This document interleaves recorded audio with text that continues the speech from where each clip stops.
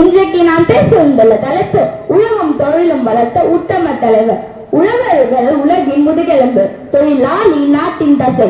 இதை இரண்டையும் வளர்த்தெடுத்து தமிழ்நாட்டை முன்னேற்ற பாதையில் அழைத்து சென்ற மகத்தான தலைவர் யார் என்றால் அது நம் பெரும் தலைவர் காமராஜர் அவர்களே.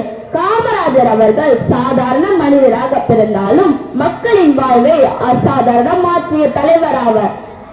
அவர் அதிகாரத்தில் இருந்த போது தனது புகழுக்காக அல்ல, மக்களின் பசியை போக்குவதற்கும் வறுமையை ஒழிப்பதற்கும் விவசாயத்தையும் தொழிலையும் காப்பதற்கும் பாடுபட்டவர். உணவு இருந்தால் தான் உயிர் இருக்கும், தொழில் இருந்தால் தான் வாழ்க்கை வாழும் என்பதை நன்கு உணர்ந்தவர் காமராஜர். அந்த காலத்தில் விவசாயம் முழுவதும் மழையை மட்டும் நம்பியிருந்தனர். மழை பொழுதால் தான் விவசாய வாழ்க்கை போய்விடும் நிலை இருந்தது. இந்நிலையை மாற்ற வேண்டும் என்கிற காமராஜர் பல அணைகளையும் நீர்ப்பாசன திட்டத்தையும் உருவாக்கினார்.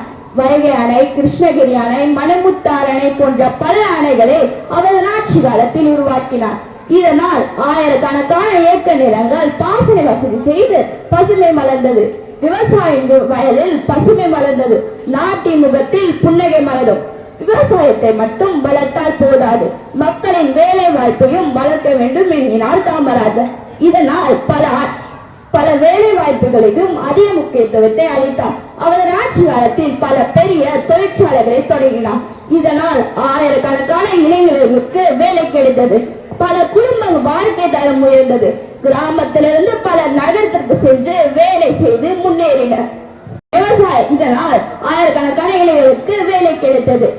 உணவில் நம் இன்று உண்ணும் உணவில் விவசாயம் வேர்வை உள்ளது. பயன்படுத்தும் பொருட்களில் தொழிலாளர் உழைப்புள்ளது. இதை இரண்டையும் மதிக்க கற்றுக் கொடுத்தவர் நம் காமராஜர். இன்று இளைஞராக இருக்கும் நாம் அவரிடம் கற்றுக்கொள்வது என்ன? எளிமையை கற்றுக்கொள்வோம், விவசாயத்தை காப்போம், தொழிலை வளர்ப்போம், அவர் கனவுகளை நினைவாக்குவோம். நன்றி, வணக்கம்.